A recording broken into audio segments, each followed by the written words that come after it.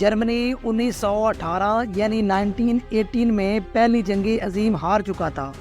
मुल्क तबाह हो चुका था, मईशत ज़मीन बोस हो चुकी थी और लोग फाकों पर मजबूर थे।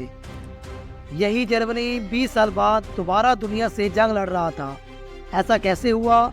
एक हारा हुआ, बिखरा हुआ मुल्क इतनी जल्दी ताकतवर कैसे बन गया? आइए इस वीडियो में जानते हैं।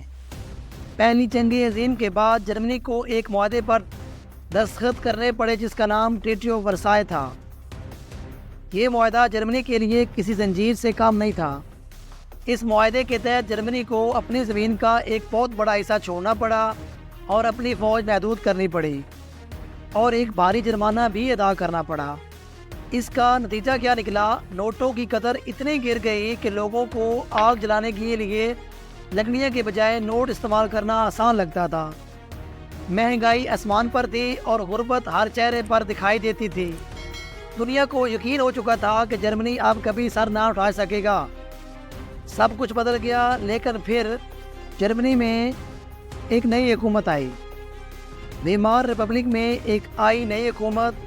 कुछ अरसे तक जर्मनी में आर्ट, साइंस, सकाफत को तरक्की मिली, लेकिन अंदरूनी खाना एक और कहानी लिखी जा रही थी।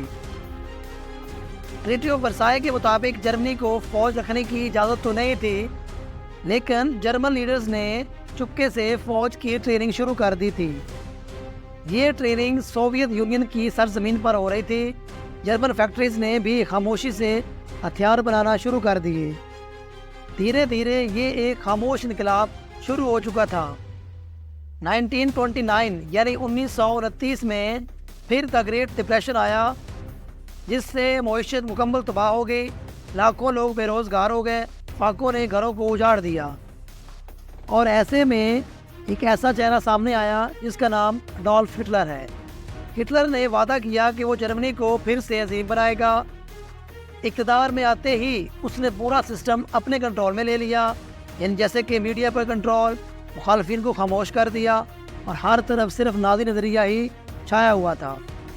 साथ साथ उसने बड़े मंसूबे शुरू कर दिए, जैसा कि हाईवेज, रेलवे टैग वर्क्स और हज़ारों फैक्ट्रीज़, जिससे लोगों को रोज़गार मिला और ऐसा लगने लगा कि मईशत अब संभल रही है। साथ ही खुफिया तौर पर, लेकिन साथ साथ फौज को दोबारा तैयार किया जा रहा था।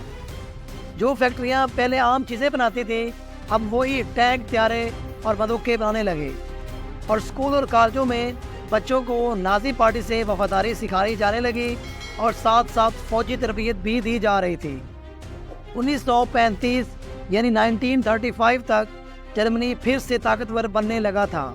उसी साल हिटलर ने फौजी भर्ती को दोबारा लाजमी करार दे दिया था, जो कि ट्रीटी ऑफ वर्साय की खुली खिलाफ वर्जी थी।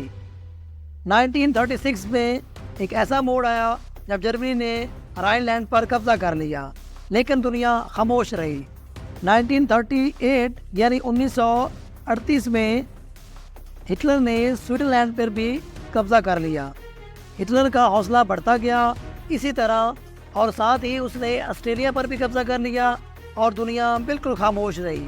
सबको लगता था जंग से बचने के लिए हिटलर की बात मान लेना ही बेहतर है, लेकिन हिटलर रुकने वाला नहीं था। इसी तरह 1939 यानी 1939 में हिटलर ने पोलैंड पर भी हमला कर दिया, जिससे दूसरी जंग अज़ीम का आगाज़ हुआ।